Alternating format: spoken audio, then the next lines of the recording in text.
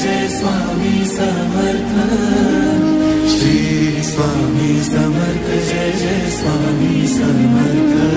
महाराज श्री स्वामी समर्थ जय जय स्वामी समर्थ। श्री स्वामी समर्थ जय जय स्वामी समर्थ। महाराज श्री स्वामी समर्थ जय जय स्वामी समर्थ। श्री स्वामी समर्थ जय जय स्वामी समर्थ। महाराज श्री स्वामी समर्थ जय जय स्वामी समर्थ। श्री स्वामी समर्थ जय जय स्वामी समर्थ। महाराज श्री स्वामी समर्थ जय जय स्वामी समर्थ। श्री स्वामी समर्थ जय जय स्वामी समर्थ। महाराज श्री स्वामी समर्थ जय जय स्वामी समर्थ। श्री स्वामी समर्थ जय जय स्वामी समर्थ। महाराज श्री स्वामी समर्थ जय जय स्वामी समर्थ। श्री स्वामी समर्थ जय जय स्वामी समर्थ। महाराज श्री स्वामी समर्थ जय जय स्वामी समर्थ। श्री स्वामी समर्थ जय जय।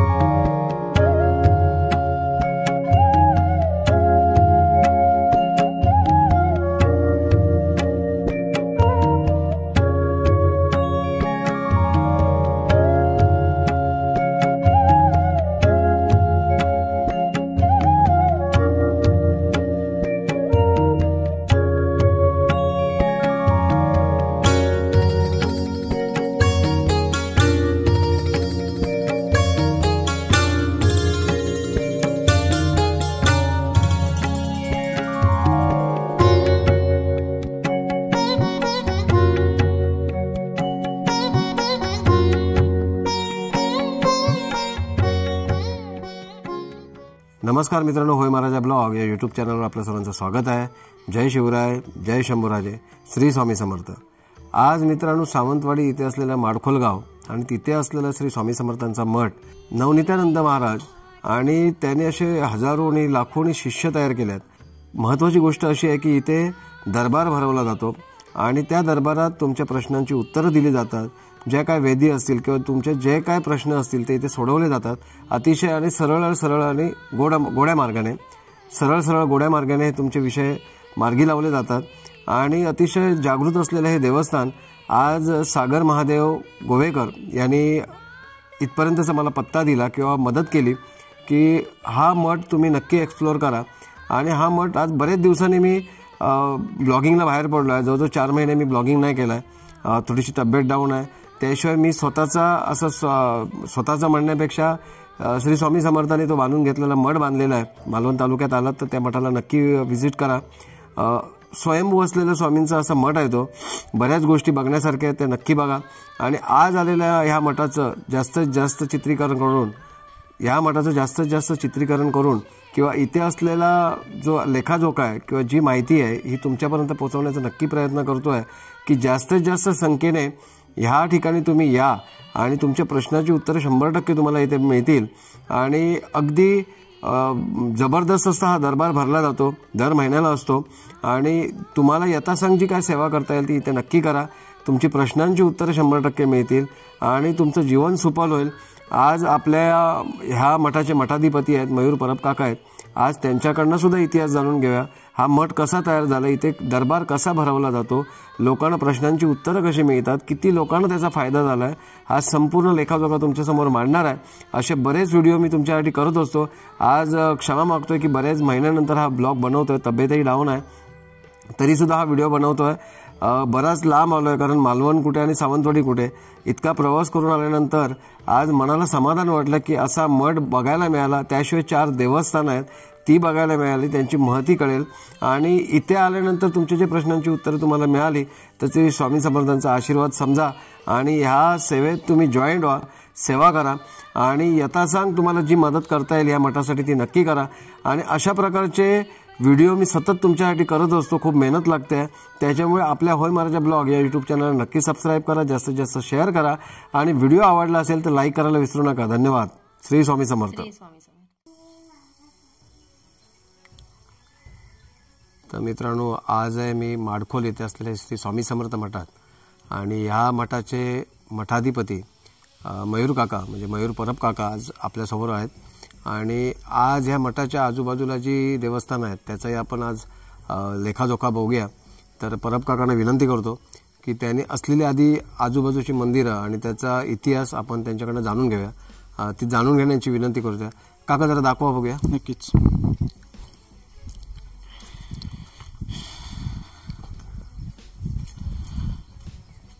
स्वामी समर्थ. श्री स्वामी समर्थ. सर्व भक्तिभाविकांना सांगू इच्छितो की आमच्या मठामध्ये समजा गादीवरून एखाद्याचं समजा ग्रहपीडाचं जर काय समस्या आली तर गादीवरून समजा एखादा मारुतीचा कार्यक्रम सांगितला असेल तर भाविक सर्व इथे येऊन हा मारुती संदर्भात कार्यक्रम इथे करू शकतात. आणि इतरही भाविक दिवसेंदिवस इथे भाविकांचा ओघ वाढतो आहे. ज्याप्रमाणे इथे 4 मंदिरांपैकी हे मारुती मंदिर इथे आम्ही स्थापना केलेली आहे महाराजांच्या हस्ते. ओके. आणि हे पुढचं मंदिर? पुढील मंदिर आहे शिवमंदिर. शिवमंदिर.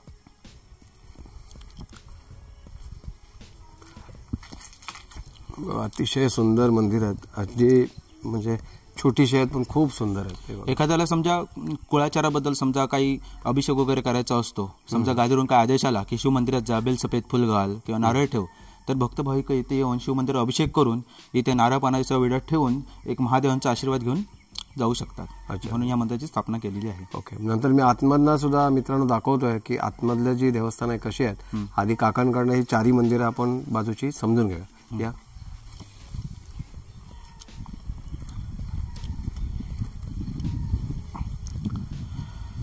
तर आता भाविकांना सांगतो हे आता संतोषी माता मंदिर आहे. आमच्या महाराजांची गुरूंची इच्छाच होती की शिव आणि शक्ती हे एकत्रच आले पाहिजे, म्हणून शिवांच्या समोर इथे शक्तीची स्थापना केलेली आहे. म्हणून ही संतोषी माता मंदिराची इथे स्थापना झालेली आहे महाराजांच्या आदेशानुसार.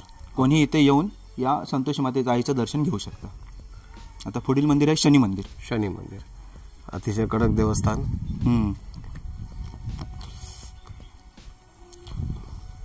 तर हे आहे शनी मंदिर. समजा एखाद्याला आता आपण बघतोच बहुतेकांना शनीची पीडा असते, मला शनीची पीडा सगळे म्हणतात, तर एखादं समजा इथे येऊन रुईची फुलं किंवा खड्याचं मीठ काय ते ठेवले तर त्यांचा जो काय दोष असतो तो दोष निघून जातो. या उद्देशाने महाराजांनी या शनी मंदिराची स्थापना केलेली आहे. Okay okay. श्री स्वामी समर्थ. सर्व भक्त भाविकांना मला सांगायला आवडेल की ह्या मठाच्या या मठाच्या परिसरातला राखण श्रीदेव सर्वेश्वर प्रसन्न ह्या मठामध्ये असल्यामुळे इथे जी सात्विकता निर्माण झालेली आहे त्यामुळे ह्या महाराजांचे ते वास्तव्य झालेलं आहे. आणि ही सगळी जागा मिळण्यापाठीचा जर कोण खरा राखणदार असेल तरी ह्या देवाने आम्हाला ही जागा इथे स्थापन करून दिलेली आहे. त्यामुळे ह्या देवाचे आम्ही नक्कीच आभार मानून आणि तुम्हाला सगळ्यांना विनंती करीन एकदा सगळ्यांनी नक्की या मठात आणि या सगळ्या देवस्थानांचं दर्शन घ्या. अच्छा, यांना सर्वेश्वर नाव असं कसं काय पडलं? म्हणजे एकदाच काय झालं, आमचे महाराज गुरुवर्य नवनीतानंद महाराज सगळीकडे पूजा करत करत इथे आले. पूजा करता करता त्यांना इथे महाराजांचं दर्शन झालं. महाराजांचं दर्शन झालं त्याप्रमाणे महाराजांनी त्याला एक फूल अक्षता तांदूळ वाहिले आणि 2 मिनिटं महाराज एकदम मंत्रमुग्ध होऊन गेले आणि महाराजांच्या मुखातून श्रीदेव सर्वेश्वर असे उच्चार आले. त्याच्यानंतर महाराजांनी ह्या देवस्थानाचं नाव डिक्लेअर केलं की श्रीदेव सर्वेश्वर प्रसन्न. म्हणजे हे नाव महाराजांना त्या देवानी सुचवलेलं नाव आहे. जागृत देवस्थान ऐकलंय. तर मित्रांनो, समोर जी छोटी आपली स्वामी सेवक आहे म्हणजे आपले ह्या मठाधिपती मयूर परब काका यांची सुकन्या आहे. आज स्वामींचा तारक मंत्र ह्या वयात ती जो बोलते आहे तर खरोखरच अभिमानाची गोष्ट आहे. आपण नीट ऐकूया. बाळा बोल. स्वामी समर्थ. श्री स्वामी समर्थ. स्वामी समर्थ. हा बोल तारक मंत्र.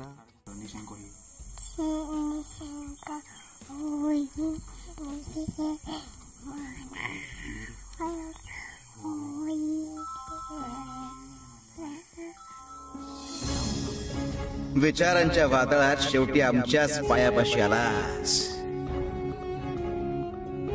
रे. तुला इथेच यायचं होतं.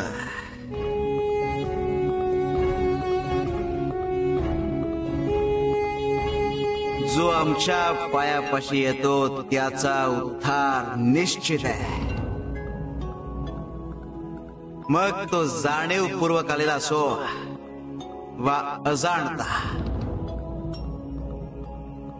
शिव शंकर शंभो. नमस्कार मित्रांनो, होय महाराजा ब्लॉग या यूट्यूब चॅनलवर आपल्या सर्वांचं स्वागत आहे. आज मित्रांनो सावंतवाडी इथे असलेलं माडखोलगाव आणि तिथे असलेली बामनादेवी अशा वाडीत आलेलो आहे की जिथे श्री स्वामी समर्थांचा अतिशय सुंदर आणि जागृत असा मठ आहे. असलेली गुरुमाऊली ज्या समाधिस्थ आहेत, पण ह्या जागेचा प्रभाव आणि असलेलं इथलं जागृतपण आपले जे सबस्क्रायबर आहेत सागर महादेव गोहेकर यांनी ही जागा सुचवली, त्याबद्दल त्यांचे आभार मानतोय. स्क्रीनवर त्यांचा फोटोही दाखवतोय मी.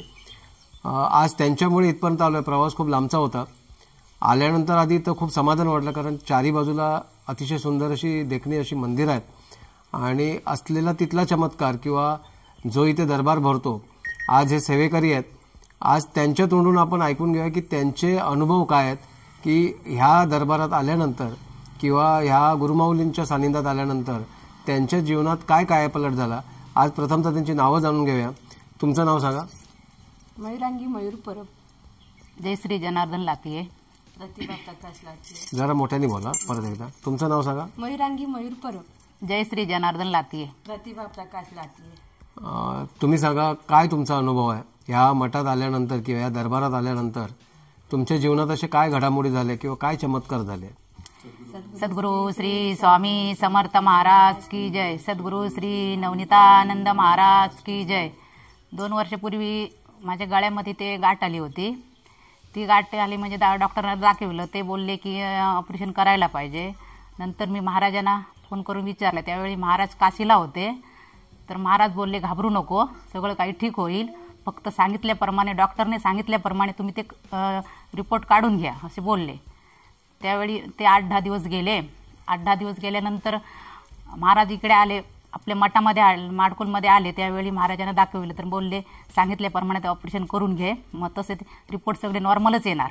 आणि त्याच दिवशी रिपोर्ट येणार होते. मग रिपोर्ट सगळे 3 रिपोर्ट नॉर्मल आले. पण ती कशी सांगितल्याप्रमाणे डॉक्टरांची कशी एक लिंक असते, त्याच्यामुळे ते ऑपरेशन करणं भाग झालं. पण त्याच्यामुळे ती सगळं काय ते हे आपलं नाहीसं होऊन एकदम सगळं रिपोर्ट नॉर्मल होऊन सगळं व्यवस्थित झालं. आता मी तशी चांगली आहे. आता आमचं कसं दीक्षा घेतल्यामुळे आमच्या जीवनात पण चांगलं आहे. आमचे मुलं बाळं सगळी व्यवस्थित आहेत. आपल्या संसारामध्ये पण चांगलं आहे आणि सगळं आम्ही सुखी जीवन जगतो महाराजांच्या स्वामींच्या कृपेने. हां ताई, तुमचं काय सांगा अनुभव. मला एक स्टोनचा त्रास होता 2-3 वर्षे, म्हणजे सतत चालू होता, वर्षांनी चालू व्हायचा. असं 3 वेळा मी सोनोग्राफी करून तो वाढतच होता. नंतर 3ऱ्या वर्षी मग मी एक आयुर्वेदिक डॉक्टरकडचं औषध घेतलं. त्या औषधाने 3 महिने औषध घेतल्यावर आणि सतत मी स्वामींची उदी घेतली आणि स्वामींचं नामस्मरण करायची, माळ जपायची आणि त्यांनाच सांगायची, तुम्ही हा काय ते ऑपरेशन वगैरे करायला लावू नका, ते तुम्हीच हे करा. मग त्यानंतर जेव्हा सोनोग्राफी केली तेव्हा ते डॉक्टर बोलले की हा स्टोन नाहीसा झाला. डॉक्टर बोलले, हा अनुभव मला आला एक. आणि आता व्यवस्थित आमचं सगळं इथे हे स्वामींचा मठ झाला, त्याच्यामुळे आम्ही सगळे व्यवस्थित इथे आहोत. कुठलाही प्रसंग आला तरी आम्ही स्वामींचं नामस्मरण केल्यावर तो प्रसंग टाळतो. म्हणजे गुरुमाऊलींची गुरुमाऊलींचा आणि स्वामींचा आम्हाला आशीर्वाद आहे. बोला. सुरुवातीपासून बोलू. सद्गुरु श्री स्वामी समर्थ महाराज की जय. सद्गुरु श्री नवनीतानंद महाराज की जय. आता 4 वर्ष झाली लग्न होऊन, तर या 4 वर्षात भरपूर अनुभव आलेत. म्हणजे अगदी हातपाय वगैरे दुखायचे, काम करताना वगैरे खूप त्रास व्हायचा. म्हणजे असं वाटायचं की काय म्हणजे असं किती दिवसभर हे त्रास होतो, म्हणजे कसं डॉक्टर गेले तरी कमी व्हायचे नाही. आता 2 वर्ष झाली ह्या अंगाला सगळं जखमा वगैरे भरपूर झालेल्या. तर किती डॉक्टर केले तरी त्रास व्हायचा, रात्रभर झोप नसायची किंवा भरपूर त्रास व्हायचा. तर उदी लावल्यावर मग झोप यायची आणि मग परत सकाळपासून परत त्रास व्हायचा. तर शेवटी मग महाराजांनी स्वामींनी ह्यांना आदेश दिला की आरवलीला जा, आरवलीला वेतोबाला जा. तर आदल्या दिवशी माझा मामा आलेला असं राहायला म्हणून. तर मामा बोलला की कुठेतरी जाऊया. तर मीच म्हटलं आरवलीला जाऊया. मला काय माहीत नव्हतं, स्वामींनी ह्यांना सांगितलं ते. तर आरवलीला जाऊया. आरवलीला गेलो आणि आरवलीच्या मंदिराच्या दरवाजातच एक माणूस उभा होता आणि तो आमच्या मामाला विचारलं की हा मुलीच्या हाताला काय झालं. तर मामाने सांगितलं की तिला आता 2 वर्ष होत आली, कमीच होईना, किती डॉक्टर केले, वैद्य केले, भरपूर औषधं झाली पण कमी होत नाही. तर तो माणूस बोलला मी एका वैद्याकडे नेतो तुम्हाला, या. तर मग हे बोलले की आम्ही प्रसाद घेऊन येतो, दर्शन घेऊन येतो आणि प्रसाद घेऊन येतो. मग तोपर्यंत तो माणूस तिथेच थांबला, आम्ही दर्शन घेऊन येईपर्यंत. नंतर मग दर्शन घेतलं वेतोबाचं आणि महाप्रसादासाठी गेलो. तर तो माणूस तिथेच होता. महाप्रसाद घेईपर्यंत आम्ही थांबलो, आम्हाला बघत होता कुठे गेलो आम्ही म्हणून. तर मी बाहेर बघितलं तर तो माणूस तिथे फिरत होता आजूबाजूला, की आम्ही म्हणजे प्रसाद घेतो की नाही ते. नंतर प्रसाद घेतला आणि परत तो माणूस तिथे जागेवरच आला मुख्य दरवाजावर. तर मग त्याने स्वतः आम्हाला आपल्या भावाकडे वैद्याकडे नेलं. तर त्यांचं स्वतः भाव औषध देतो ना वैद्य. तर ते औषध घेतलं त्यांनी. मग 8 दिवसांनी बोलवलं परत. 8 दिवस औषध लावल्यावर पहिल्यापेक्षा खूप चांगले झाले जखमा वगैरे. आता फक्त हे डागच आहेत. म्हणजे 15 दिवसात खूप क्लिअर झालं. 2 वर्ष जेवढे औषधं केली, डॉक्टर केले, त्यांनी काहीच कमी नव्हतं. पण त्या स्वामींच्या कृपेने आणि महाराजांच्या आशीर्वादाने सगळं काही ते व्यवस्थित बरं झालं. आणि तो स्वामींनीच पाठवलेला एक हे होतं. तर आता आम्हाला त्यावेळी काही कळालं नाही कोण माणूस, नंतर ते समजलं. तर मग लगेच मला तो अनुभव आला. म्हणजे महाराज जरी नसले तरी सगळं म्हणजे भक्तांच्या ह्याच्यावर आशीर्वाद आहेत महाराजांचे, स्वामींचे. आणि सगळ्यांवर अशीच कृपा ठेवावी. श्री स्वामी समर्थ महाराज की जय. सद्गुरू श्री नवनीतानंद महाराज की जय. तर आज आपण या दोन्ही काकांकडनं सुद्धा या मठाची जागृती किंवा गुरुमाऊलींचा जो चमत्कार होतोय किंवा त्यांच्या आयुष्यात काय घडामोडी झाल्या किंवा काय असे चमत्कार झाले आज त्यांच्याकडनं पण जाणून घेऊया. काका, प्रथम तर तुमचं नाव सांगा. माझं नाव भरत शंकर राऊळ. जरा मोठ्याने बोला. माझं नाव भरत शंकर राऊळ. सांगा तुमचा काय अनुभव आहे असं की ह्या मठात आल्यानंतर तुमचं जीवन कसं चेंज झालं किंवा काय असे चमत्कार झाले. या आमच्या महाराजांच्या सानिध्यात मला आल्यावर जवळजवळ 10-12 वर्ष झाली.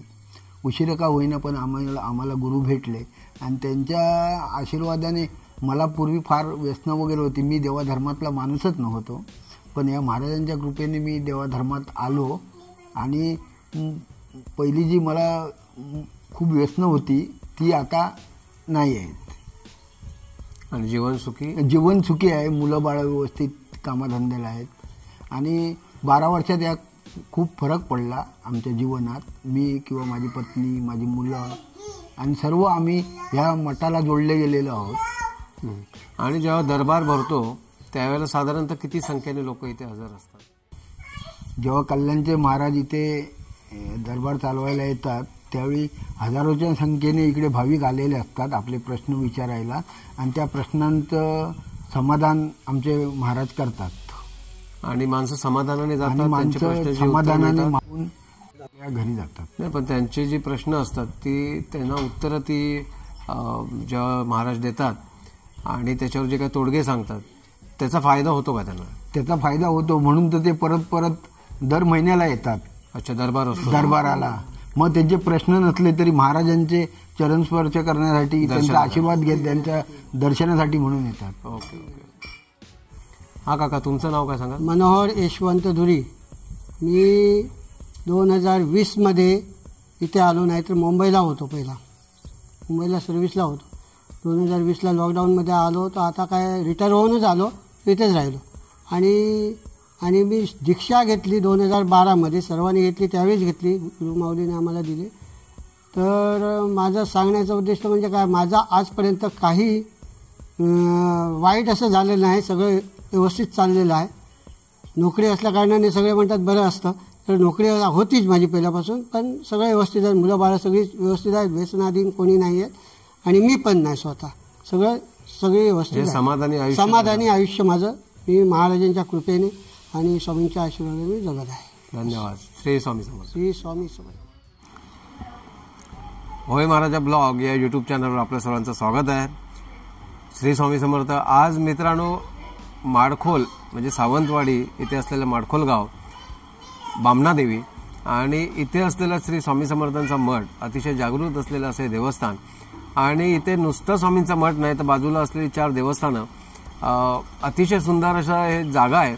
आणि इथे आल्यानंतर जो दरबार भरतो त्याचा संपूर्ण इतिहास किंवा हा मठ कसा उभा झाला, कसा स्थापन झाला, ह्याच्या मागचा इतिहास आणि इथे होणारी कामं की जेणेकरून येणाऱ्या भक्तगणांना त्याचा फायदा होईल, त्यांच्या प्रश्नांची उत्तरं सगळ्यांना मिळतील, अशा अनुसरून आपण आज आपल्या समोर जे बसलेले आहेत या मठाचे मठाधिपती मयूर परब काका, आज त्यांच्याकडनं पूर्ण लेखाजोखा आपण काढणार आहोत की हा लेखाजोखा असा असणार आहे की जेणेकरून तुमच्या प्रश्नांची उत्तरं आज मिळतील आणि येणाऱ्या 24 तारखेला म्हणजे 24 एप्रिलला दरबार भरतोय.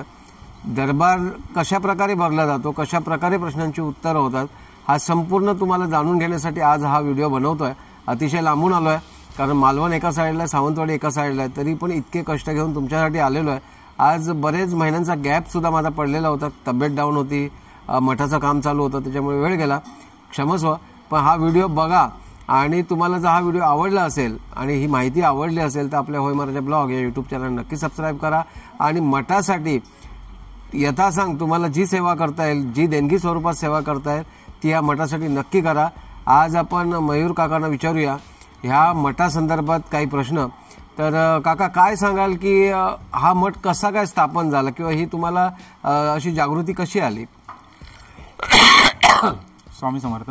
स्वामी समर्थ. तर या मठांच्या इतिहासाबद्दल जर सांगायला गेलो तर आमचे गुरुवर्य श्री नवनीतानंद महाराज म्हणजेच मोडक महाराज, एकंदरीत ह्या संपूर्ण जो आमचा 14 मठांचा आवडावा आहे ह्याची बीजं रोवली गेली ते कल्याण शहरामध्ये. महाराजांनी पहिली आमचे गुरुवर्य श्री नवनीतानंद महाराजांनी जी पहिली सुरुवात केली ते बेतुरकर पाड्यापासून. बेतुरकर पाड्याला त्यांनी स्वतःच्या चाळीमध्ये खोलीमध्ये मठ चालू केला. त्याच्यानंतर अस्तित्वाने हे जे काय रोप लावलं होते हळूहळू मोठं व्हायला लागलं, जागा अपुरी पडायला लागली, म्हणून महाराजांनी तिथेच एक शाळा होती त्या शाळेमध्ये दरबार चालू केला. तिथे ही जागा कमी पडायला लागली. त्यानंतर मात्र महाराजांनी बिर्ला कॉलेजच्या बाजूला एक अशी जागा घेतली, प्रशस्त जागा, तिथे मठाची स्थापना केली आणि ते स्थापना केल्यानंतर त्या मठाचा आवडा सगळा वाढत गेला आणि त्याप्रमाणे महाराजांची नंतर इच्छा झाली की आपण कोकणामध्ये पण मठ स्थापन केले पाहिजे. म्हणून 2011 साली कोकणामध्ये देवगड इळियासडा कुणकेश्वरपासून 3 किलोमीटर अंतर अशा पर्यटन स्थळी महाराजांनी पहिला मठाची स्थापना 2011 मध्ये केली. त्यानंतर 2012 मध्ये महाराजांनी या माडखोल मठाची स्थापना केली. माडखोल मठाची स्थापना केल्यानंतर महाराज एवढ्यावरच थांबले नाहीत, तर महाराजांनी कुडाळ, डिगस, त्याच्यानंतर झाराप, उपवडे, डोंगरपाल, डिंगणे, तुळस, कलंबिस, आंबोली, तसेच मुंबईला बघायला गेलं तर कल्याण व्यतिरिक्त ठाणा, डोंबिवली, अलिबाग, मुरुड, जंजिरा या ठिकाणी सुद्धा स्वामींच्या मठाची स्थापना केलेली आहे.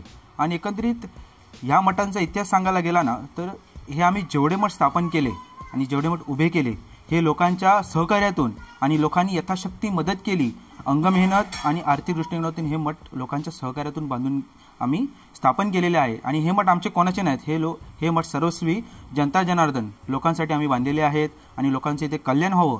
एकंदरीत या मठामधून आम्ही देव, देश, धर्म या संस्कृतीची लोकांच्या मनात बीजं कशी रोवली जातील या संदर्भात आमचे हे सगळे मठ कार्यरत असतात आणि लोकांनी देव, देश, धर्माच्या कार्यामध्ये आम्हालाही सहकार्य करावं अशी मी त्यांना विनंती करतो. आणि अजून जर सांगायचं झालं या मठांबद्दल तर देवदेश, धर्म, संस्कृती याबद्दल आम्ही काम करतच असतो. पण प्रत्येक महिन्याला आमच्याकडे एक छोटासा दरबार भरवला जातो. दरबार म्हणजे लोकांचे प्रश्नोत्तर. लोकांचे प्रश्नोत्तर म्हणजे लोकांच्या एखाद्या समोर माणूस भरत त्याच्या कुळाचार आणि ग्रामाचाराला विचारूनच पुढचा निर्णय लावला जातो.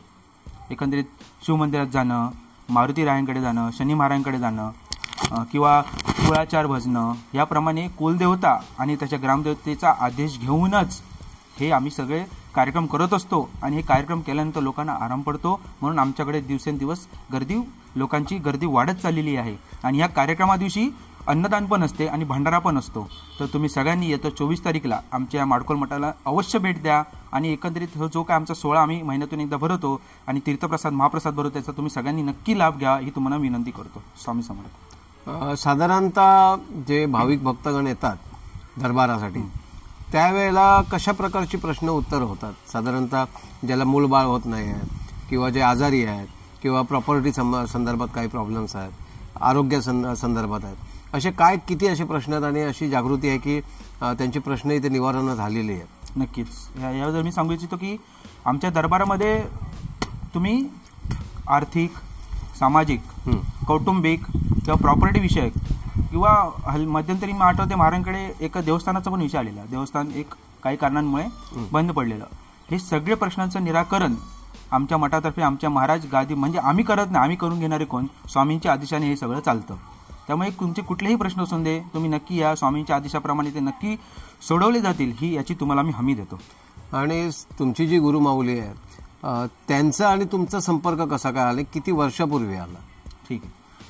आता गुरुमाऊलींचा संपर्क म्हणायला गेला तर मी 6वीत असल्यापासून, मी वयाच्या 6वीत असल्यापासून ह्या मार्गात भक्ती मार्गात मला माझ्या आईवडिलांनी लोटलं.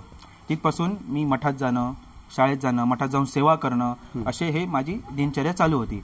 हळूहळू मग 6वीमध्ये गेल्यापासून मग 10वीत गेल्यानंतर मी महाराजांची गुरुदीक्षा घेतली. त्यापासून मी त्यांचा शिष्य झालो, म्हणजे त्यांनी माझी पूर्ण जबाबदारीच घेतली. आणि तिथपासून आतापर्यंत मी या सेवा मार्गातच आहे आणि ही सेवा तिथपासून अखंड अविरतपणे मला जशी जमते यथाशक्ती मी माझी सेवा चालू ठेवलेली आहे. आणि ते माडखोल मठात मी 2013 साली आलो, तिथपासून मी आता इथपर्यंत ह्या मठामध्ये सेवा करतो आहे. अच्छा. आणि साधारणतः आपला जो गुरुवार आहे किंवा दरबार आहे, किती संख्येने लोक ह्या दरबाराला व्हिजिट करतात किंवा त्यांची प्रश्नांची उत्तरं होतात, असे किती जण तुमच्या दरबाराला भेट देतात? तसं साधारणपणे बघायला गेलो ना तर या दरबाराला हजारोंच्या संख्येने माणसं इथे उपस्थित असतात. कधी कधी त्याच्यापेक्षा जास्त असतात, कधी कधी कमी होतात. त्याप्रमाणे हे भरती ओटी चालूच असते, पण माणसं 100% 1000च्या आसपास माणसं असतातच असतात. आणि महाप्रसाद हा असतो, महाप्रसाद प्रत्येक दरबाराला असतो. जर भाविक भक्तांना ह्या मठापर्यंत यायचं असेल तर जरा तुम्ही पत्ता इथला व्यवस्थित सांगा. त्याशिवाय काकांचा मी मोबाईल नंबर देतोय, पण इथे थोडासा रेंजचा प्रॉब्लेम आहे, त्यामुळे माझाही नंबर देतोय. जर काकांशी कॉन्टॅक्ट नाही झालं तर मला फोन करा, म्हणजे मी तुम्हाला ह्या संदर्भात अधिक माहिती देऊ शकेन. तर काका इथपर्यंत येण्याचा जरा पत्ता सांगा की कसं येता येईल इथे. नक्कीच. आता इथपर्यंत याचा पत्ता सावंतवाडी तर सगळ्यांनाच माहिती आहे. सावंतवाडीत तुम्ही आल्यानंतर बेळगाव आंबोली रस्ता धरायचा. बेळगाव आंबोलीच्या रस्त्यापासून एक 13 किलोमीटरच्या अंतरावर हा मठ आहे. बेळगाव सावंतवाडीच्या रस्त्यापासून तुम्ही पुढे आलात की 8 ते 9 किलोमीटर माडखोल म्हणून गाव लागते. त्या माडखोल गावामध्ये तुम्ही तिथे येऊन कोणाला विचारा, श्री स्वामी समर्थ मठ बामनादेवी वाडी, तुम्हाला कोणी सांगू शकते. डायरेक्ट तुम्ही इथे मठापर्यंत पोहोचणार. तर काका मला एक सांगा की आज तुम्ही ह्या स्वामी मार्गात आहात किंवा स्वामी सेवेत आहात आणि गुरुमाऊलींच्या कृपेने आज मठाधिपती आहात, आज मठ चालवत आहे किंवा जी लोक येतात त्यांच्या प्रश्नांची उत्तरं होत आहेत, त्यांना त्याचा फायदाही होतोय. तर तुमच्या स्वतःबरोबर झालेला असा काय अनुभव आहे की जो तुम्ही सांगाल की ते म्हणजे चमत्कारच झाला, तो असा काय अनुभव आहे तुमच्याकडे? हो नक्कीच. माझ्याकडे एक अनुभव कसा आहे की साक्षात स्वामींनी मला मरणाच्या दारातून वाचवलं. ते मी सांगायला एकंदरीत माझं 31 जानेवारी 2020 साली माझं लग्न झालं. 31 जानेवारी 2020 साली लग्न झालं आणि लगेच 12 फेब्रुवारीला मी कल्याणला गेलो. माझे काका ऑफ झालेले म्हणून मी कल्याणला गेलो. पहिले मी मठात गेलो, तिथून फ्रेश होऊन मग मी काकांकडे गेलो आणि त्याच रात्री मी गाडीत बसणार होतो. म्हणून गाडीत बसणार रात्री 12:30ची तुतारी होती माझी ठाण्यावरून आणि कल्याण मठातून मला 10 वाजता निघायचं होतं. तर मला गुरुमाऊली थांब रे जाशील असं बोलले आणि मग तिथेच मला 11:30 झाले. गाडी 12:30ची तुतारी ठाण्यावरून. महाराजांनी विचारलं काय करू, महाराज बोलले चल जा आता. आणि महाराजांचे एक शब्द स्पष्ट आठवतात मला गुरुमाऊलींचे की जातोयस ना, ठाण्याला गेल्यावर मला फोन कर. मी बोला असं अचानक कसं काय? महाराज तर बोलायचे घरी पोचल्यावर फोन कर आणि आता सांगते ठाण्याला पोचल्यावर फोन कर. मी दुर्लक्ष केलं आणि निघालो तर मला ठाण्या स्टेशनला तिकीट काढेपर्यंत 12:15 झाले. 12:30ची ठाणा गाडी. आता पोचणार कसं ही रुक म्हणून 1 नंबर कल्याणला प्लॅटफॉर्मवर 1 करून गाडी नुकतीच सुटत होती. माझ्या 2 हातात 2 बॅगा. मी धावत गेलो आणि चालत्या गाडीमध्ये चढायचा प्रयत्न केला तर चढता माझा तोल गेला आणि मी त्या गाडीचा जो मधला जो खांब असतो ना त्याला धरून अर्धा मी प्लॅटफॉर्मच्या खालतीच गेलो. अर्धा खालती गेलो. मी स्वामींना आणि महाराजांना हाक मारली, आता सगळं तुमच्या हातात. तेवढ्यात काय झालं, रात्री 12:15 सुमार प्लॅटफॉर्मला हाताच्या बोटावर म्हणून इतकी माणसं त्यांनी सगळ्यांनी बघितलं. स्वामींना हाक मारल्यानंतर मी त्या दांड्याला धरलं आणि अर्ध माझे शरीर प्लॅटफॉर्मच्या खालती गेलं. मला इथून एक 4 ते 5 मीटर मला गाडी खेचत घेऊन गेली. मी बोललो संपलं माझं आता. तेवढा तर स्वामींना हात घेतलं. काय चमत्कार, माझ्या कॉलरला असं कोण धरतं ना तसं पटकन कोणी खेचलं आणि प्लॅटफॉर्मला लांब नेऊन टाकलं. हे सगळ्यांनी बघितलं आणि 2-3 मिनटं झाली, सगळं शांत झालं. सगळ्यांनी मला पाणी पाजलं आणि सगळ्यांनी मला विचारलं बाबा तू कोण? बोललो असं आहे. तर त्या स्वामींची कृपा आहे तुझ्यावर, कारण की त्यांनी सगळ्यांनी बघितलं माझ्या कॉलरला कोणतरी खेचतं. अशी कॉलर दिसली त्यांना, पण त्यांना पण दिसत नव्हतं कोण आहे नक्की ते. आणि मग ते बाजूला खेचलं. त्याच्यानंतर एक वयोवृद्ध माणूस तिथे आला. त्यांनी मला पाणी वगैरे पाजलं. तो बोलतो अरे जीवन एवढं महत्त्वाचं असताना काय करत असतो? मी बोललो मला गाडी लेट आहे, तुला गाडी भेटणार. मी बोललो असं कसं? जा भेटणार, मी सांगतो तुला. आणि त्याने तो वयस्कर म्हणून माझ्या बॅगा वगैरे घेऊन मला त्यांनी 3 नंबर प्लॅटफॉर्मला आणून सोडलं. त्यांना बोललो काका तुम्ही जावा आता. आणि ते तसे पाठी फिरले. तसं मी पण पाठी फिरलो. मी बोललो काकांना स्वामी समर्थ तर म्हणे, पाठू बघतो तर कोण नाही. स्टेशनला हाताच्या बोटावर मोजण्याची माणसं, तेव्हा गर्दी पण नसते, माणूस गेला कुठे, मग ती व्यक्ती कोण होती हे पण माझ्यासाठी एक अकलनीय, म्हणजे सुचतच नव्हतं ती व्यक्ती कोण आहे. लगेच तिथून महाराजांना फोन केला. महाराज तुम्ही बोललेलात मला ठाण्याला पोहोचला, फोन कर. त्याचा अनुभव मला आला. महाराज बोलले बघितलं तू 10 वाजता निघणार होतं, तुला मी कशाला अडवलं 11:30 ह्याच्यासाठी. मग हा एक मला अनुभव, चांगला दांडगा अनुभव आहे की देवा मृत्यूच्या दारातून, यमाच्या दारातून मला स्वामींनी मला आज मी जे काय जगतो हा माझा पुनर्जन्म आहे माझ्यासाठी. हे एक स्वामींचा एक दांडगा अनुभव माझ्यासाठी. तर काका मला एक सांगा की जे काय समजा मुंबईचे मठ आहेत किंवा इथला मठ आहे, एक मोठा प्रश्न आहे असा की बऱ्याच लोकांना भेडसावत असतो, डॉक्टरकडे जाऊन सुद्धा कंटाळतात, वैद्याकडे जाऊन कंटाळतात. तर ज्यांना वर्षानुवर्ष मुलबाळ नाही आणि ते ह्या मठात आले किंवा या दरबारात आले किंवा मुंबईच्या दरबारात आले, त्यांना त्याचा गुण आला किंवा मुलंबाळ झाली आहेत, असा काय अनुभव? असे तर खूप अनुभव आहेत आमच्याकडे. आमच्या कल्याण मठापासून इव्हन ह्या मठामध्ये पण लग्नाला 5-5, 6-6 वर्ष झाली आहेत आणि त्यांना मुलं नाही. डॉक्टर उपचार खूप झालेले आहेत, तरी पण त्यांनी हात टेकले, आमच्याकडे आले, त्यांनी प्रश्न केला दरबारामध्ये आणि मग स्वामींच्या आदेशाप्रमाणे त्यांच्या कुळाचाराला सगळं धरून आम्ही जे काही कार्यक्रम दिले त्याप्रमाणे त्यांना त्यांच्या पदरामध्ये फळ पडलेलं आहे. त्याप्रमाणे असं हे शक्य झालेलं आहे आणि शक्य आहे. पण फक्त आमच्याकडे विषय का असतो की अध्यात्मामध्ये निष्ठा खूप महत्त्वाची असते, श्रद्धा आणि निष्ठा. आम्ही इथून मठामधून जे कार्यक्रम देतो आणि जी उदी देतो, फक्त तुम्ही श्रद्धेने निष्ठेने भगवंताचं नाम घेऊन ते कार्यक्रम आणि उदी वापरली ना तर 100% तुमचं काम झालंच म्हणून समजा. म्हणजे ती एक पॉवर आहे जी विभूतीच्या रूपाने तुमचं संरक्षण करते, तुमच्या मनोकामना पूर्ण करते.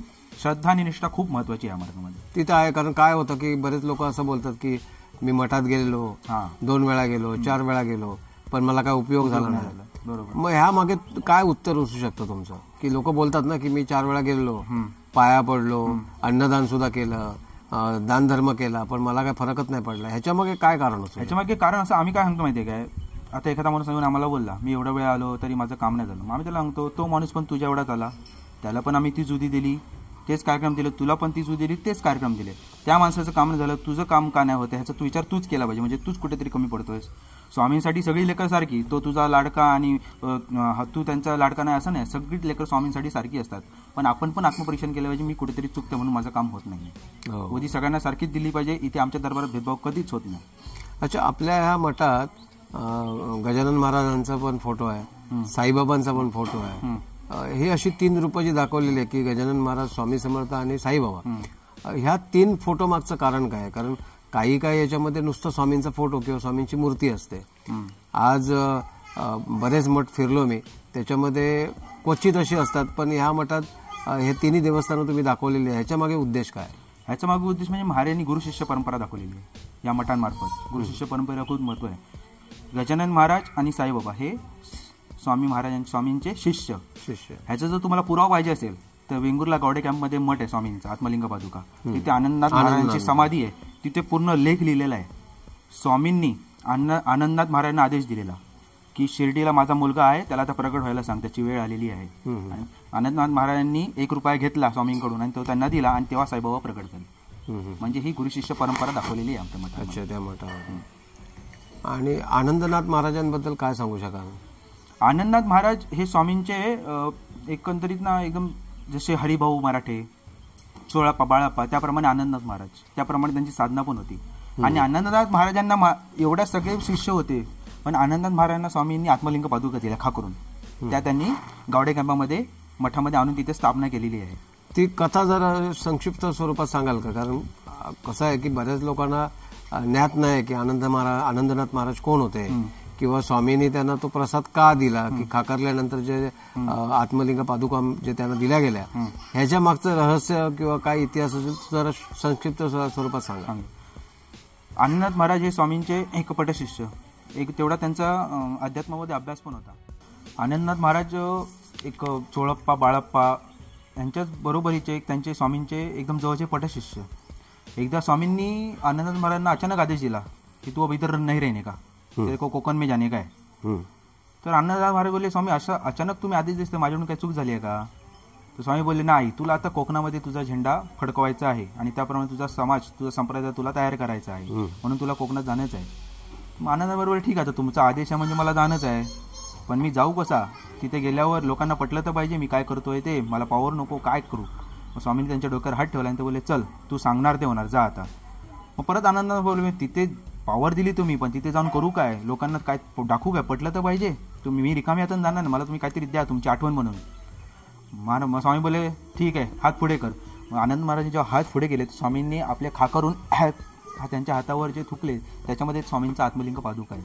ते आजही गावडे कॅम्पामध्ये तसं ज्यांना पटत नाही त्यांनी आजही वेंगुर्ला गावडे कॅम्पमध्ये स्वामी समर्थांचा मठ आहे, तिथे जाऊन त्यांनी पादुका बघा. दर गुरुवारच्या महिन्यामध्ये सकाळी 9 वाजता त्या दर्शनाला बाहेर असतात, इतर दिवशी दर्शन देत नाहीत. त्या 9 ते 11 गुरुवारी 9 ते 11 मध्ये त्या दर्शन त्यांचं नक्की घ्या. ज्यांना कोणाला हे पटत नसेल त्यांनी गुरुवारी गावडे कॅम्पात सकाळी गुरुवारी 9 ते 11 मध्ये जाऊन त्या पादुकांचं दर्शन. आणि अगदी पानावर जे स्वामींनी खाकरून थुकलेलं आहे ते पानही तसंच आहे. ज्यांना समजा कोणाला एखाद्याला खरंच जर स्वामींच्या त्या आत्मलिंग पादुकांचं दर्शन घ्यायचं असेल तर त्यांनी नक्कीच गुरुवारचं सकाळी 9 ते 11 मध्ये त्या मठात जाऊन दर्शन घेऊ शकता. अधिक गुरुवारी त्या पादुकांवर अभिषेक करून त्या पादुकांचं जे अभिषेक करून तीर्थ असतं ना ते तीर्थ येणाऱ्या प्रत्येक भाविकाला ते तीर्थ दिलं जातं. मग ते तीर्थ प्राशन करणं म्हणजे महाभाग्याचं काम आहे ते. मग ते प्रत्येकाने 9 ते 11 गुरुवारी त्या गावडेकामध्ये जाऊन ते तो जो 16 असतो अभिषेकाचा तो नक्की अनुभवा. तर काकांना पण आज हा प्रश्न विचारूया की काका कसं आहे की सगळेच की इथे गावी येऊ शकत नाहीत किंवा पॉसिबल नाही, जे कोण मुंबईला राहत आहेत की डोंबिवलीला, कल्याणला किंवा ठाणा कुठेही, आणि त्यांना जर समजा त्या ठिकाणी जाऊन दरबारात आपली व्हिजिट करायची असेल किंवा प्रश्न उत्तरं करायची असतील तर तिथले फोन नंबर मिळतील का की जेणेकरून ते लोक कॉन्टॅक्ट करून तिथे जाऊ शकतील किंवा त्या मठापर्यंत जाऊ शकतील, तर त्या मठाचा संपूर्ण पत्ता आणि मोबाईल नंबर आपल्याला मिळेल का? हो नक्कीच मिळू शकतो. आता माडखोल मठात कसं मी एक इथला प्रमुख सेवेकरी आहे, तसे प्रत्येक मठामध्ये आम्ही प्रमुख सेवेकरी नेमलेले आहेत. त्यांचे मोबाईल नंबर आणि त्या मठाचा पत्ता तुम्हाला सविस्तर मी देतो. चालेल, धन्यवाद. तर मला काका एक सांगा की आज ही जी गादी वारस चालवला जातोय म्हणजे जी सुरुवात झाली असेल तोपर्यंत गुरुमाऊली होत्या, आज ते समाधिस्थ आहेत, मग त्यानंतर आता ही जी दरबाराची जी गादी आहे ती कोणाच्या हातात आहे किंवा ते कोण चालवतं, म्हणजे कशा प्रकारे हँडल केलं जात आहे? ठीक. आता विषय कसा आहे की महाराजांची डिसेंबर 2022 मध्ये समाधी झाली. मग त्याच्या आधीच 1 महिना अगोदर महाराजांनी ना कल्याण मठात मीटिंग लावलेली आणि त्या मीटिंगमध्येच महाराजांनी डिक्लेअर केलेलं की माझ्या पश्चात माझ्या गादीचा वारस जर फक्त त्यांचा मुलगाच नाही म्हणजे अवधूतानंद महाराज नाही, त्यांचे पटशिष्य परमानंद महाराज, हे अवधूतानंद महाराज आणि परमानंद महाराज हे दोघेही माझ्या गादीचे वारसदार, ह्या दोघांनीही हे सगळे मठ सांभाळायचे. कल्याण मठ आणि कोकणातले मठ दोन्ही पण मठ ह्या दोघांनी सांभाळायचे. त्यामुळे कुठेही जाताना ते दोघांचं एकमत असून ते दोघे हे सगळे मठ सांभाळतात, अवधूतानंद महाराज आणि परमानंद महाराज. ओके. तर बघा मित्रांनो, आज आपल्याला म्हणजे इतका मी प्रवास करून लांब आलोय पण त्याचा आज खरोखरच फायदा झाला, कारण आल्यानंतर स्वामींना जो नैवेद्य दाखवला गेला त्याच्यातला महाप्रसाद आम्हाला ग्रहण करता आला, म्हणजे खरोखरच भाग्यशाली आहे मी. त्याशिवाय आल्यानंतर मठातली जी उडबस होती, म्हणजे आज यांच्या वाईफ आहेत म्हणजे आमच्या वहिनी, आल्यानंतर चहा नाश्ता किंवा हे सर्व गोष्टी करण्यात आल्या, कारण खूप भरपूर दमून आलेलो आम्ही दोघे. आणि आल्यानंतर ह्या मठाची संपूर्ण माहिती, महाराजांची माहिती, गुरुमाऊलींची माहिती, त्याच्यानंतर गजानन महाराजांची माहिती, साईबाबांची माहिती, आनंदनाथ महाराजांची माहिती, भरपूर आपण प्रश्न त्यांना केलेले आहेत आणि वेळात वेळ काढून त्यांनी आपल्याला या सर्व प्रश्नांची उत्तरं सुद्धा दिलेली आहेत. आशा करतो की तुम्ही ह्यापैकी कुठल्याही मठात जा, तुमच्या प्रश्नांची उत्तरं 100% मिळतील. आणि आज परब काकांचे आभार मानतोय कारण त्यांनी वेळात वेळ देऊन इतकं संपूर्ण माहिती आपल्याला दिलेली आहे. स्वामींबद्दलचं जे महत्त्व आहे ते तुमच्यापर्यंत पोहोचवण्याचा मी नक्कीच प्रयत्न करतोय. जास्तीत जास्त स्वामी मठ मी तुम्हाला दाखवण्याचा प्रयत्न करतोय. जर एखादा राहून गेला असेल तर क्षमस्व, आणि तुमच्या बघण्यात असेल तर मला नक्कीच कॉन्टॅक्ट करा. माझाही मोबाईल नंबर देतोय. जितके स्वामी मठ आहेत तितके मला सर्वांसमोर ते एक्सप्लोर करायचे आहेत की जेणेकरून जास्तीत जास्त भक्तगण आपले स्वामीमय होतील आणि त्यांना स्वामी दर्शनापासून वंचित होता येणार नाही आणि त्यांनी इथपर्यंत यावं यासाठी हा खटाटोप आहे. आज काकांनी संपूर्ण माहिती दिलेली आहे, ती तुम्ही ग्रहण करा, स्किप करू नका, व्यवस्थित व्हिडिओ बघा. आणि संपूर्ण डिस्क्रिप्शन बॉक्समध्ये संपूर्ण माहिती देतोय मी की जेणेकरून जितके मठ आहेत किंवा जितके दरबार आहेत त्यांचा ॲड्रेस, फोन नंबर हे सगळं डिटेल देतोय. पण नको त्या वेळेला फोन करून डिस्टर्ब करू नका, कारण दरबाराची गोष्ट आहे. एक साधारणतः वेळ ठेवा, संध्याकाळची 6 वाजता म्हणा किंवा सकाळी 11 वाजता म्हणा किंवा 10 वाजता, असं थोडीशी वेळ ठेवा. आणि जर फोन उचलला गेला नाही तर सारखं 100 वेळा फोन करून डिस्टर्ब करू नका, नाहीतर फोन नंबर मी परत डिलीट करीन. कारण ह्या गोष्टी बऱ्याच झालेल्या आहेत की लोक मनाला वाटेल तेव्हा फोन करतात, तसं करू नका. तुमच्या सेवेसाठी आज आम्ही इथपर्यंत एवढी मेहनत करतोय, भर उन्हात आज आम्ही हा व्हिडिओ बनवतोय. त्याचा फायदा घ्या. आणि असे माहितीपूर्ण व्हिडिओ तुम्हाला आवडत असतील तर आपल्या होय महाराजा ब्लॉग या युट्यूब चॅनल नक्की सबस्क्राईब करा, जास्तीत जास्त शेअर करा, लाईक करायला विसरू नका. धन्यवाद. श्री स्वामी समर्थ. स्वामी समर्थ.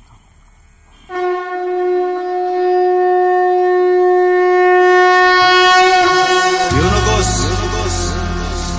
मी तुझ्या पाठीशी, मी कुठेही जात नाही. तुला जेव्हा माझी गरज वाटेल मला मनापासून हाक मार, मी